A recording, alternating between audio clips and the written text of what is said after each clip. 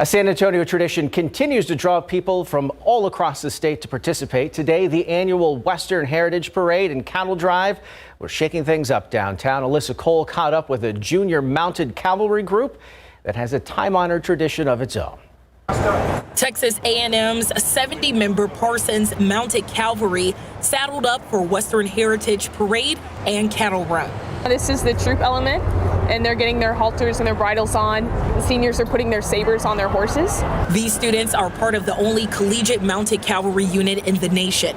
Part of their traditions includes students carrying their well-earned sabers with their horses. All the seniors, they all have sabers.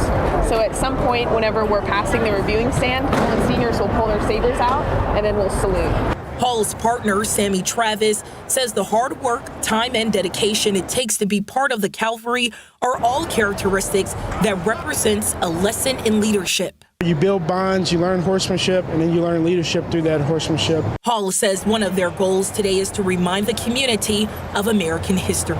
We have people come from all walks of life, so it's amazing to celebrate the culture within our unit, and then to do that on a larger scale, like at the Western Heritage Parade today. Alyssa Cole, KSAT 12 News. Keep up to date with all of San Antonio's top news, weather, and so much more by clicking the like and subscribe buttons below. And once again, thanks for watching KSAT.